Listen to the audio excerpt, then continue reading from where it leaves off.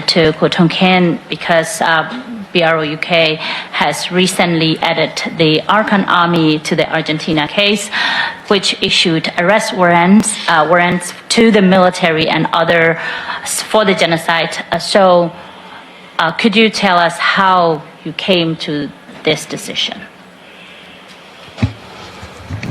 Thank you very much, Maui Winu, organizing this event, and all the members of Women Peace Network, distinguished guests, my dear friends, thanks for joining. This is very timely event and important event for the Rohingya people. When head of OACHR Myanmar team mentioned, it's never been worse than before.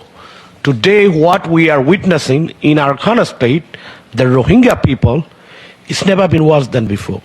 So this is what we are witnessing, first point. Secondly, your question, Maui, that why we extended Arkan Army to our Argentina case.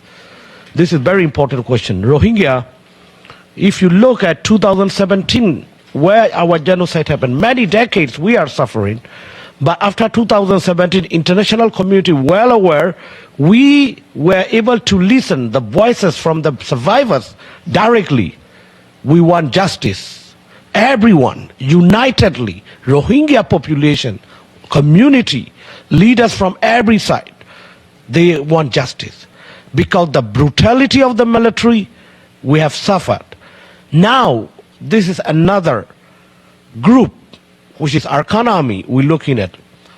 And one thing, what we're looking at is 2017. We need to see that when 390 villages were burned down, thousands of Rohingya women were raped, and about 800,000 Rohingya fled.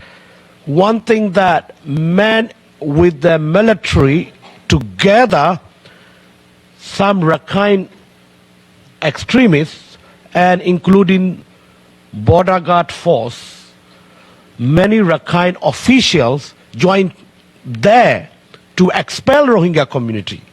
If you look at our arrest warrant of Argentina, there is one Rakhine village officer. As we Rohingya all aware, many Rakhine officials are there. So one Rakhine, his name is Choshi, he is from Chukping. He was the person who led with the military to burn down many Rohingya houses, many Rohingya leaders to kill. That's why today from Argentina court, we got arrest warrant from him. We have to see that out of 25, 23 military top generals, and 22 top generals and 3 civilians in our Argentina arrest warrant.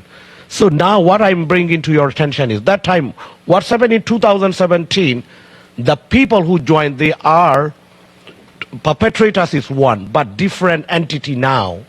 Some perpetrators, they joined Arkan Army.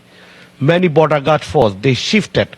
Many Rakhine officials, they shifted with, they shifted to Arkan Army. They converted or whatever way you use it.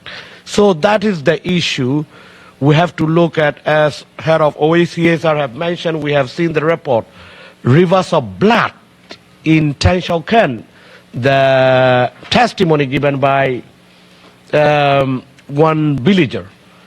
And I visited to Bangladesh refugee camps recently. I met many survivors.